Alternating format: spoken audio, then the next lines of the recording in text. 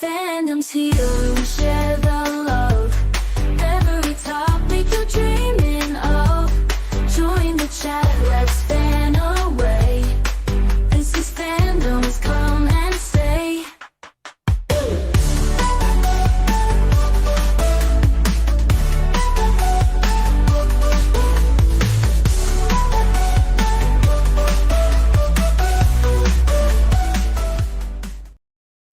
Today on the show, we'll be talking to Ceejay about rap singers and songwriters. Welcome to the show, Ceejay. Yo, how's it going, Brody? You well? Yeah, I'm good. I've been vibing your music the last few days, and I love it, man. You definitely have a new fan here. Oh, thank you, man. That means a lot. Yeah, I'm really happy you reached out and that we reached out together to get this going, and I'm really happy to talk about what like a singer-songwriter rapper is. Definitely. Yeah, I hope everybody goes and checks you out when they're done here. We'll throw your links down in the description and you can shout out whatever you got going on at the end. But let's jump into things here. So what exactly is a rap singer-songwriter? Is it just a rap artist who also sings and writes their own music, or is there more to it than that? So I think a rap singer-songwriter is somebody who has an admiration and a love for hip hop and rap and likes to, write punchlines and write it in a different way to a standard singer-songwriter. I think it's combining two quite different things.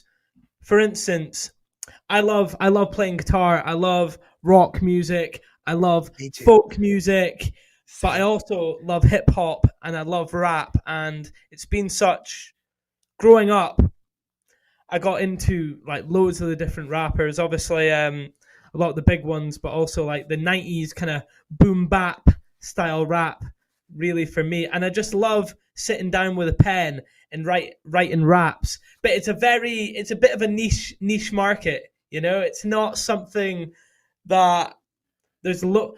Well, saying that, now there's a lot more people coming out and playing guitar and rapping, but I still say it's quite a niche market. Yeah, I always love music a lot better with guitars in it. It's like my favorite instrument.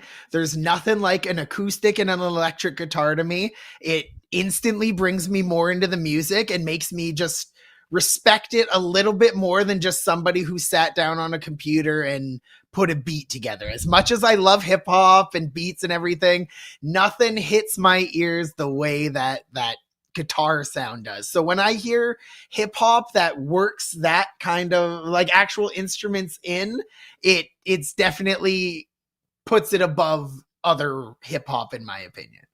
Oh, nice. Yeah. I guess as well, it kind of leaves a big space open to be creative in a lot of different ways, because it's not like, oh, I just have to rap. It's like, no, I can sing as well, and I can bring a different type of sound into it with all the inspirations, It definitely impresses me more when people can sing and rap. Like there's some people who can do one or the other. When somebody can do both, that's when I'm like, okay, this guy's got talent, especially if they can shred a guitar. Yeah. So what are some examples of artists you would say fall into the category of singer-songwriter or rap singer-songwriters? So for me, I think like one of the OGs who kind of started off mixing acoustic guitar with hip hop was Everlast. You know Everlast? House of Pain? A little bit, yeah. The first thing that comes to my mind is always the sports brand, but then I'm like, oh, wait, yes, the band. Is it Whitey Ford? Yeah, Everlast. He's done a few solo albums, and he's mixed in like guitars, bluesy riffs with like hip hop and scratching. And that was, when I heard that, I was like, wow, that's awesome. There's also a lot of different people. For instance, shout out, there's a UK artist called Disraeli who he's an MC, but he also like plays guitar. But he does a lot of things. He's very, very experimental with his sound. He's one of the other ones. There's also somebody called the Undercover Hippie who plays reggae music and raps as well. And he's an MC, but also like a singer songwriter as well. He's very, very good. They're just a couple off the top of my head. There is a lot more though. Definitely. I love that name, the Undercover Hippie. That's a pretty solid name. yeah, it's great. Definitely. Yeah.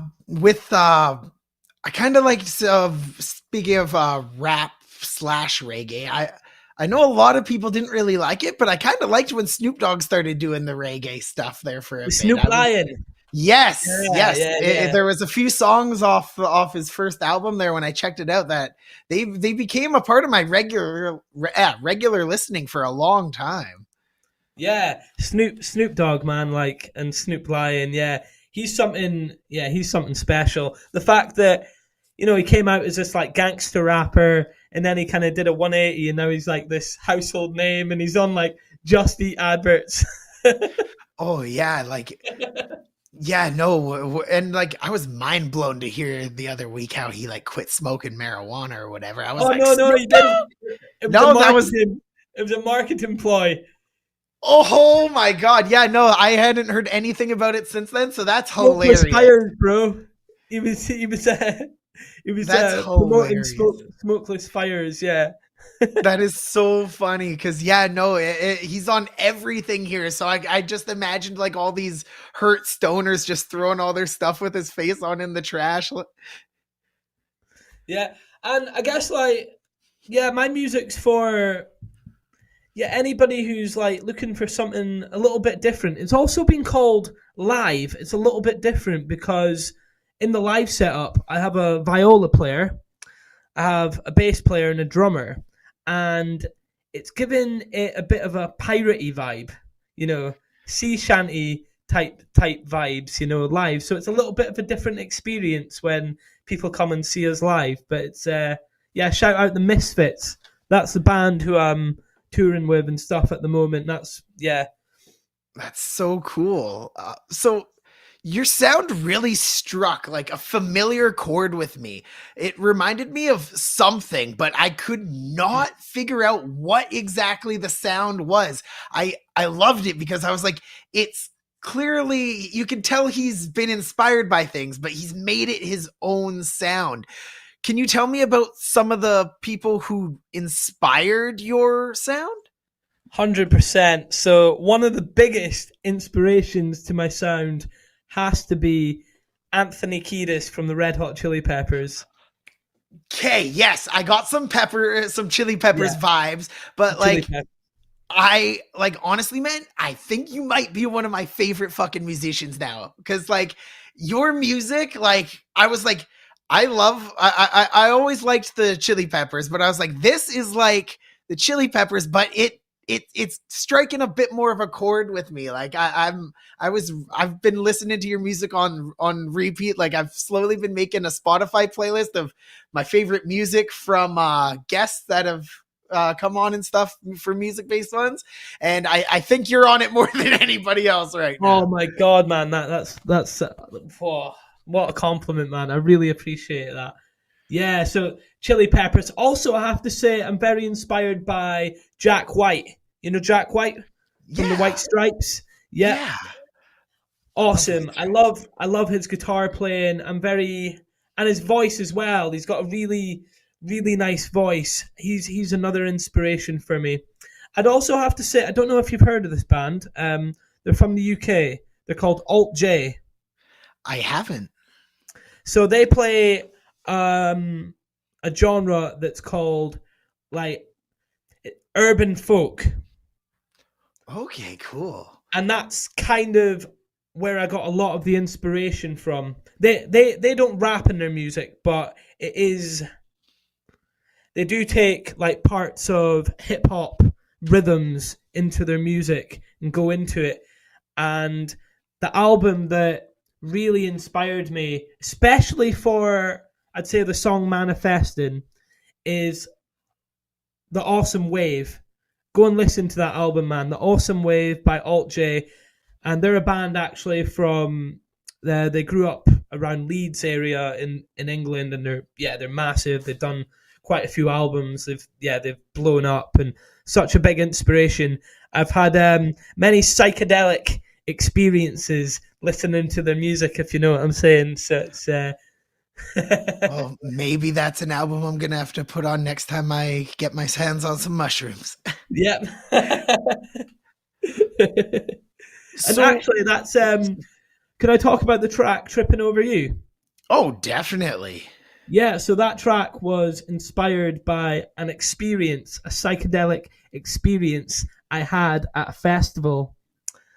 I remember I met this girl and she came up and gave me some mushrooms. Or maybe, no, actually, it's been actually, hold on. Are you editing this, or is... I can anything you don't want in, I can take out, man. Like, is this PG rated, by the way, or is this we're an explicit rated podcast, so like you don't have to hold anything back. You can swear. I'll say you it can wasn't say okay. whatever. She came up to me with this jelly sweet, yeah, and she went, "Take this." I went, "All right, well, I'll try this. I'll suck on this jelly sweet." The next thing I thought I knew everything about the whole universe, and I had all the answers. I was writing stuff down like, no, I am the universe. It all makes sense now. Everything just connected, and I seen all the lines and everything in between, all the spaces that made up the fabric of what I call consciousness. And I looked into her eyes, and she had the most beautiful eyes ever. And in her eyes was a whole nother galaxy and a whole nother universe. So I wrote that song about, tripping. I'm tripping over her, but I'm also tripping about the universe as well. Oh yeah, I had one crazy experience with a beautiful girl on mushrooms before, but I think the second time I did them, I felt like I'd become a philosophy professor. I'm sitting there like spouting off shit like, okay, so now I think I went from being Mr. Atheist to being like, whoa, like what if the universe works this way and shit, and like just blowing my friends' minds who were just way too high for that shit at that time. Yeah, it's something else. Like that experience, especially for me, was it changed my life. Like it changed the way I seen things. It changed my whole perception, and I just felt such a high level of love at the time. Like I was like, whoa, and yeah, amazing, absolutely amazing. So that's the inspiration for Tripping Over You, but also like. There's a lot of different meanings to that song as well. So take it however you want. That's just one of the meanings to the song. I don't want to give too much away because I want people to interpret the song in their own way as well.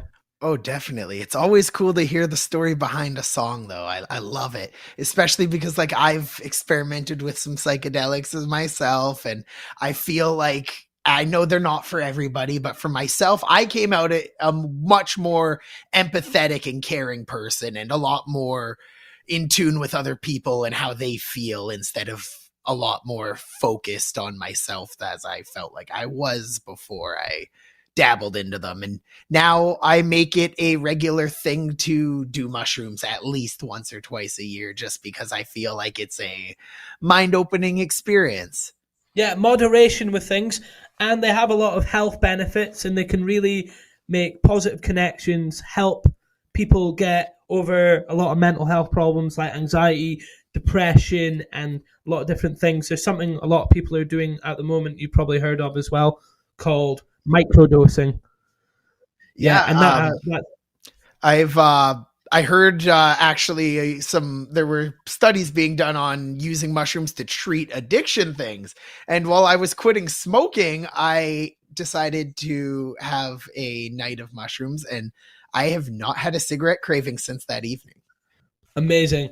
2 seconds. I'm just going to go plug. I just realized I need to go plug my laptop in. Bear with me. Is that okay? Okay. All right, good to go. Yeah, next question, my man. All right. So, are there any artists in the genre that you really just dislike or can't stand? Yeah, they're all arseholes. Yeah, I hate them all. Right. Don't listen to their music. Listen to my music.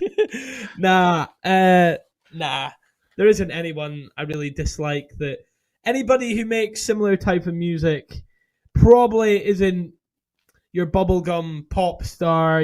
Probably has a love for the music. And to be honest, even if there was somebody who I'd met who I disliked in my genre, I probably wouldn't say, because the music industry, you don't really want to shit on anyone. Basically, you want to keep on as much of a good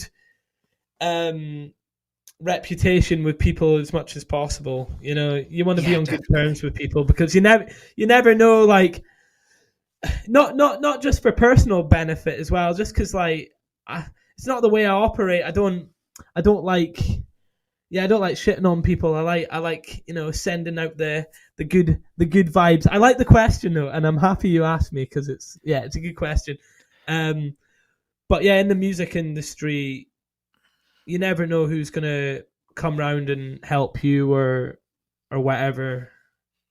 Yeah, I understand that. I feel that way about a lot of my work too. I want to help put people up, not bring anybody down. If I give constructive feedback, it's to help. It's never to cut somebody down. I'm not going to tell you you suck and you should stop ever. I'm going to tell you what I personally, as not an expert but a consumer, thinks of your work and what you can improve on. But I'm never gonna say it's garbage, because all art to me has value, and it's just we can all improve in areas, right? That's it. And you can't please everyone. Like, no matter how good you get your music, and no matter how good one person thinks it is, somebody else is going to think it's shit. That's the thing with art and content, is it's all subjective. Everybody's got different tastes. It's like movies. Some people are into comedy, some are into action, some like cheesy romance films. It's the same with music and podcasts and everything. People are all they're gonna like what they like, and odds are if you're not their sound, they're gonna find a reason to shit on you, even though it's just the fact that they're not a fan. Especially on TikTok as well. That place is people write some wild shit on there, man. I'm telling you, like, and then people just jump on the hate. If you get one or two haters on TikTok, you literally get like 10 other people who hate them just because they see somebody else doing, because they might not actually necessarily agree with that person, but people are like sheep. They see other people do it. It's kind of like, if you're at a concert as well, if you see one person or two people dance, everybody starts dancing. But if no one dances, it's like everyone sits there like, like that. Yep. They can't see what I'm doing, but I'm crossing my hands, crossing my arms and standing still. Yeah, it's brutal what like the vibe of a place can do for you. Like a shag I went to one time, like my buddy was going around being like, hey, we got to get people dancing. Like, can you get people dancing? It's like, I don't dance, but I guess so. And like, just went out there and made an ass of myself, and other people felt more confident to do the same. Yeah. What did you call that? A shag. It's like a pre-wedding get together where they try and raise money. I know that means something completely else where you're from. Yeah, that means to fornicate, to have sex. Yep. No, I think it's an American thing more or so, because like in Canada here, we get kind of like a mix of your guys' culture and America's culture. So we know very well what that word means to you guys, but yet we still openly use it as just a party where you raise money before a wedding. Oh, that's hilarious. I've never heard that before in my life. Yeah. So, a lot of mad shaggers, yeah? That's what we say in Scotland. Oh, yeah, no. And you'd be surprised how many shags end in shagging. Right. Nice.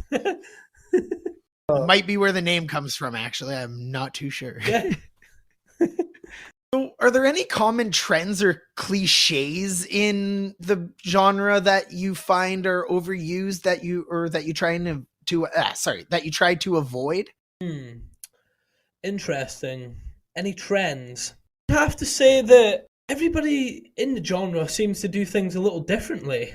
Like, for instance, I don't think, haven't met anyone who's making the exact sound of music that I'm making. You know, I actually struggle at the moment because I'm like, what genre is this? It's like a mix of different genres that I like and I've kind of put together. You know, that's why it's such a niche market. But I have to say the trend is probably being conscious in a way, and it's like not gangster rap. It's got, you know, it's kind of the other end. It's more the conscious route. I guess that's a bit of a trend with what I see other MC people who play guitar and do that type of music and who are on that festival circuit. It's more about uniting the people, raising the vibration and bringing everyone together to have a good time but there is social commentary, but the social commentary is, you know, it's completely different to what it'd be like growing up in the hood in America. Yes. I definitely found, like, between your sound and the lyrics and everything, I was able to relate to your music a lot more than I could any gangster rap any day. Yeah.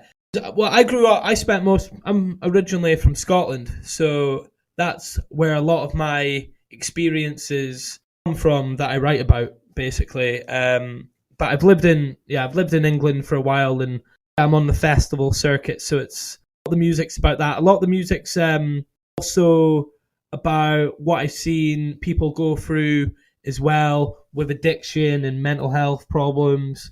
Also, there's a song on there called "Lost Control" that was written during lockdown, and that's what I was seeing. A lot of people arguing and a lot of people saying, "No, this is right, this is right, this is right."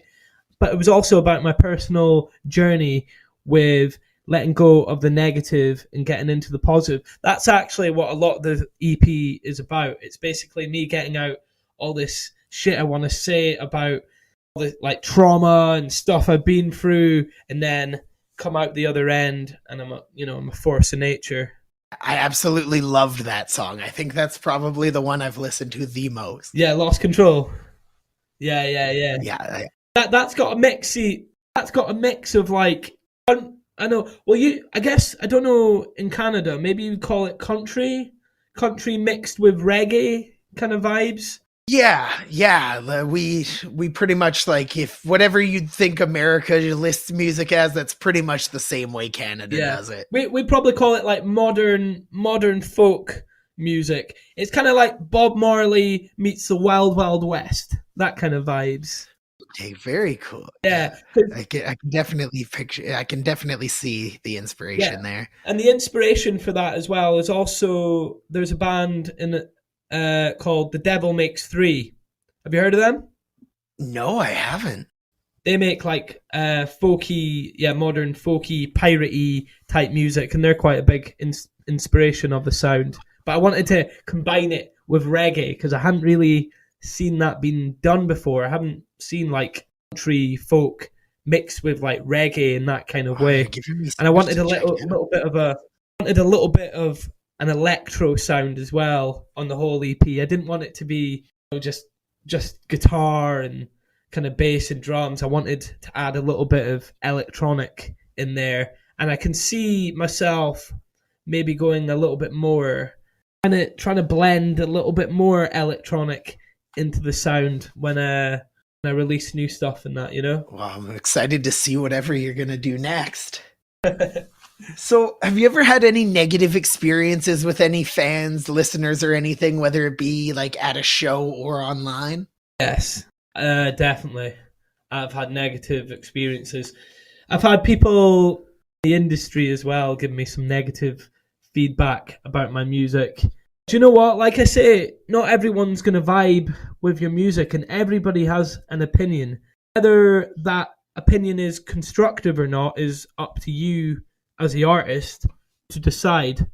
But a lot of people will just hate because you're doing something. People look at you, and some people either like get jealous, or some people just don't like you. Like, and the thing is, what I've learned is you can't change that.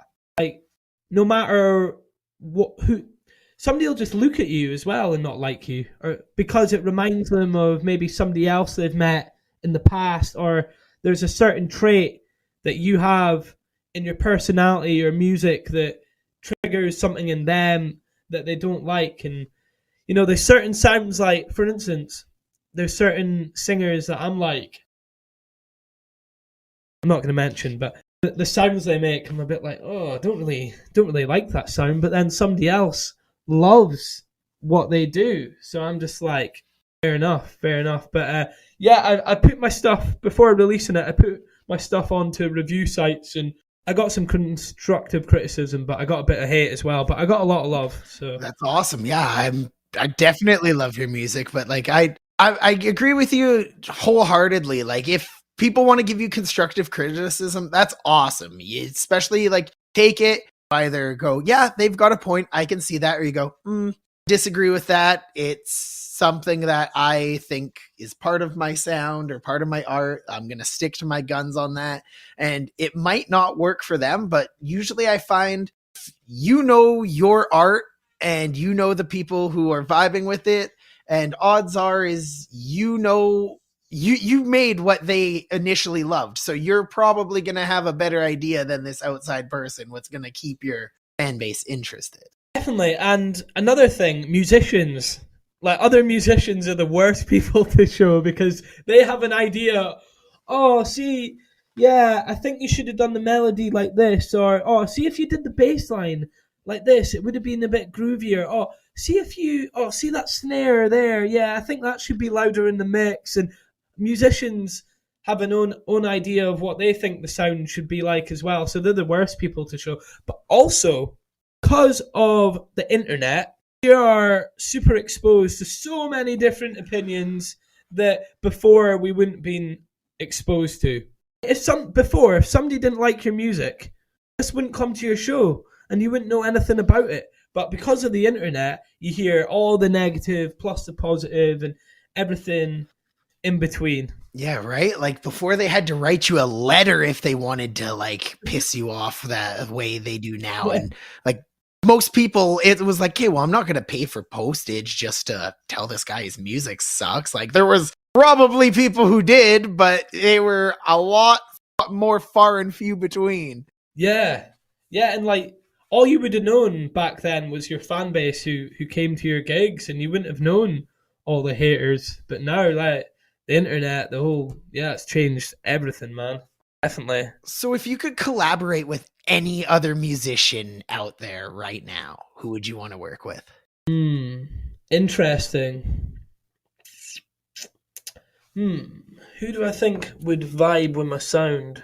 Well, I don't know. I quite like this rapper, actually, called Prof. He's pretty dope. Okay, cool. Yeah, I've never heard of him. Prof, Prof. He's dope. He's absolutely dope. To be honest, I'd like to collaborate with a guy called Ren as well. Have you heard Ren? You honestly just reminded me that I'm supposed to reach out to somebody, do an episode about them, and I have left them hanging for almost a month now because it just so much happened that it left my brain, and I feel terrible now. Yeah.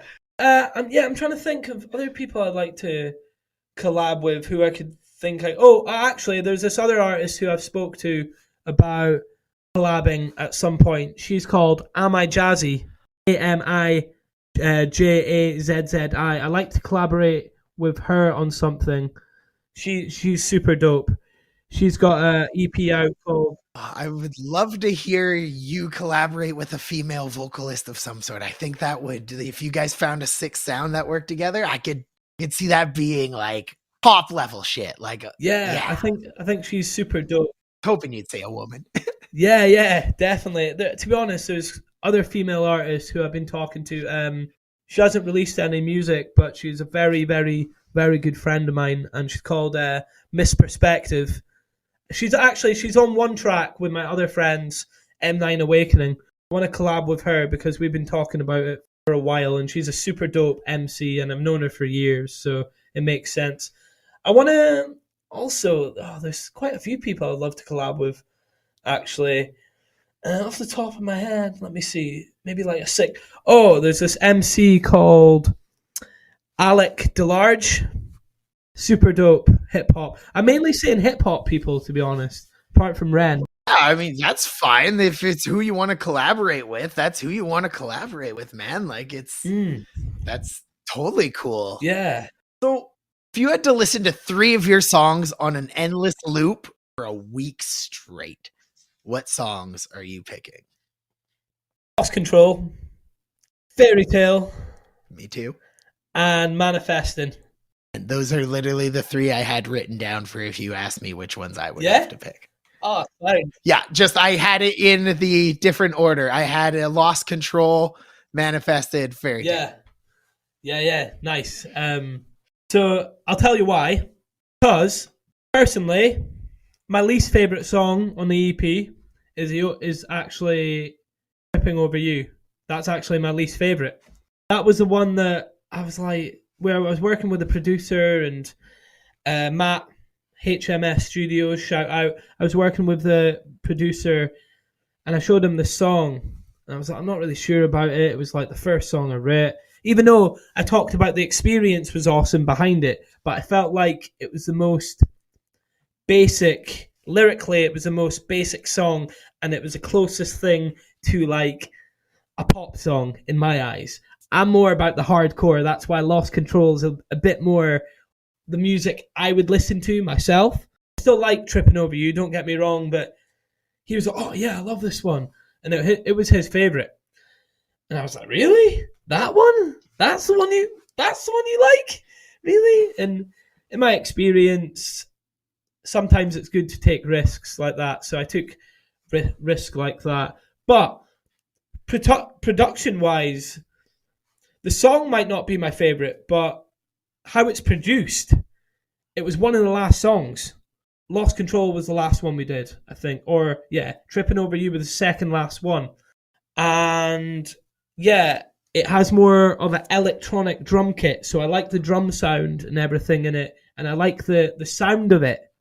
And I think it's got the cleanest production on the whole thing that we did. But as a song, it's probably my least favorite.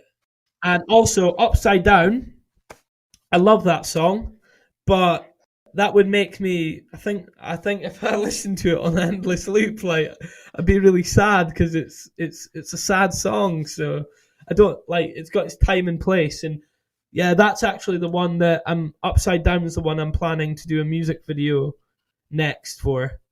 Because I've done that would have been my number 4 was Upside Down. I was torn between that and Fairy Tale. I was like, which one would I put if I had to pick 3? I almost made it 4 just because I was like, well, if he asks me this, I was like, I don't know which I'll pick. Yeah, because I love the end bit. Like I love dub. I'm really into dub, and that's got that dub sound at the end, you know, whoa, whoa, whoa, whoa, you know, that part and the heavy bass in it, and I love that. I love performing it live as well, and that's the one I've got the most ideas about in terms of the music video.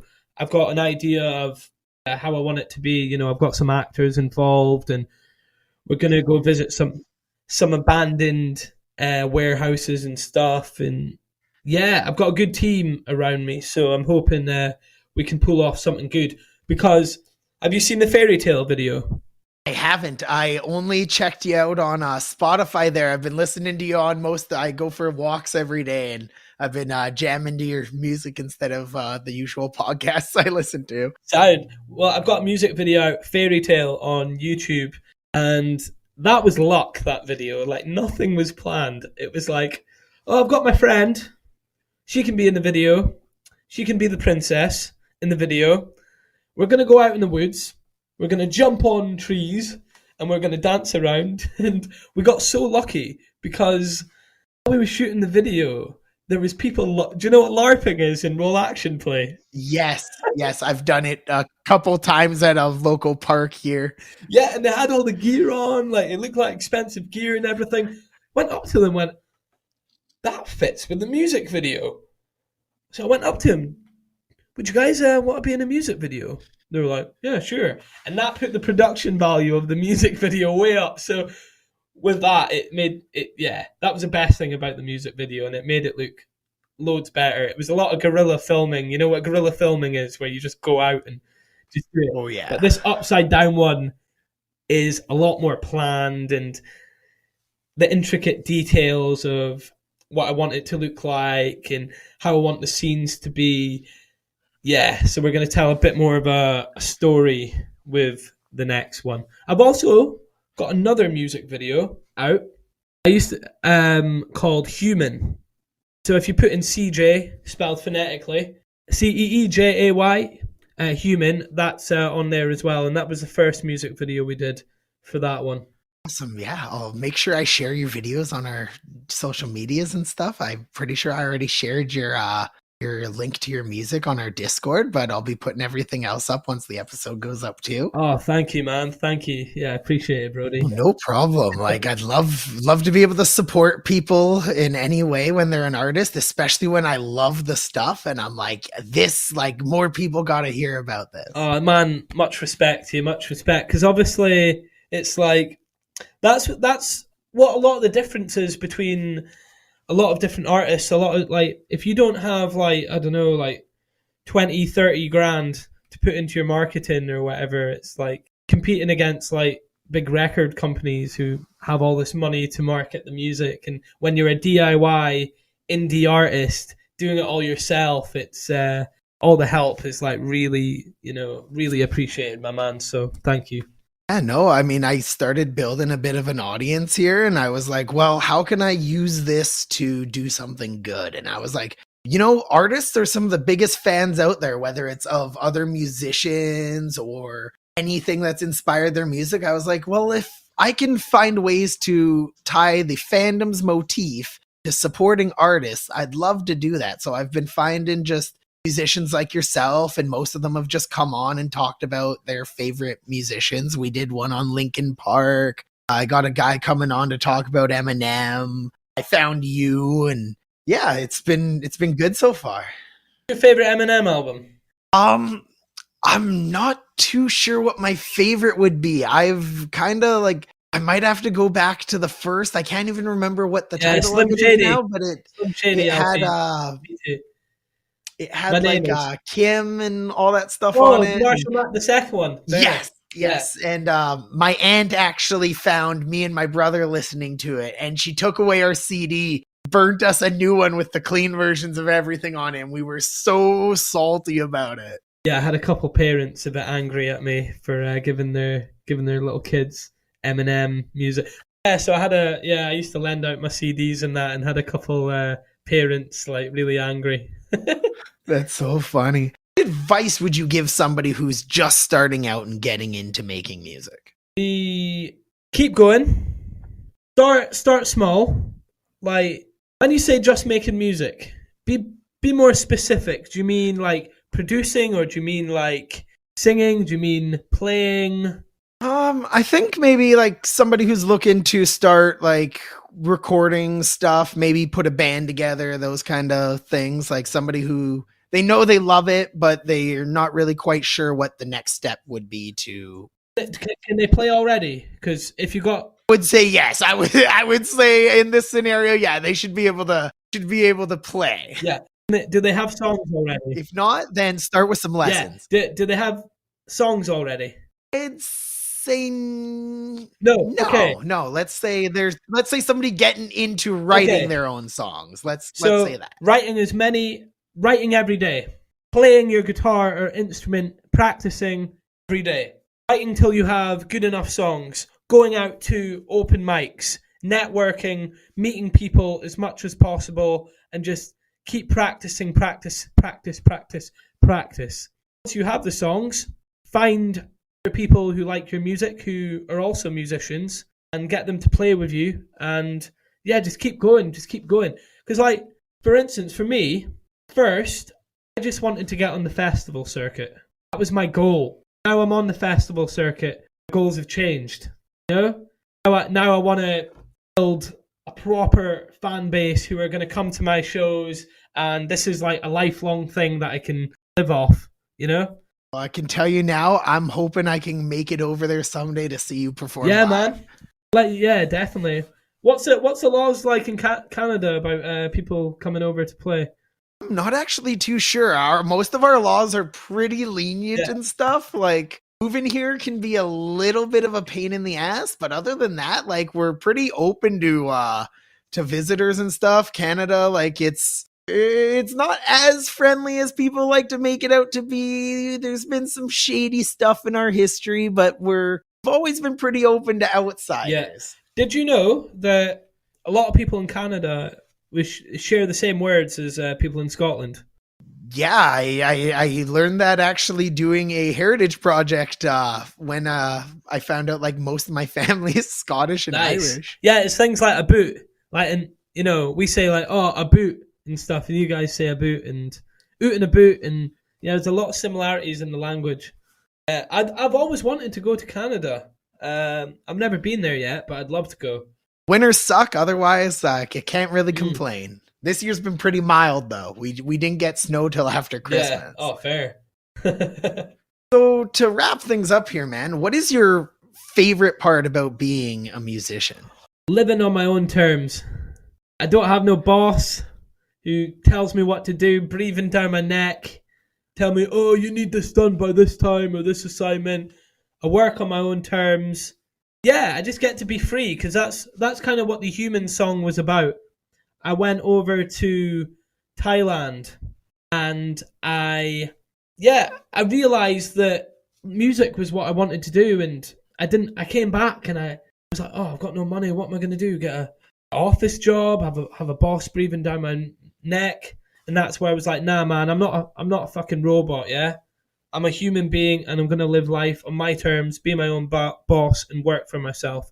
And I hope for anyone who's for the listener listening to this, yeah, hope that I can be an inspiration for them to be able to take that step if they're kind of like, oh, I don't know. Trust me, it's going to suck to begin with, but if you persevere, anything you truly want to do, you'll get good at it. And if you work hard, yeah, it'll bring something to your life that it's just, yeah, words can't even describe. It's awesome. I love it. Completely love it. That's awesome, dude. Well, thanks a lot for coming on. Where can my listeners find you to check out your Can great I talk about one more thing? There was definitely. one question on here that I had a bit of a story.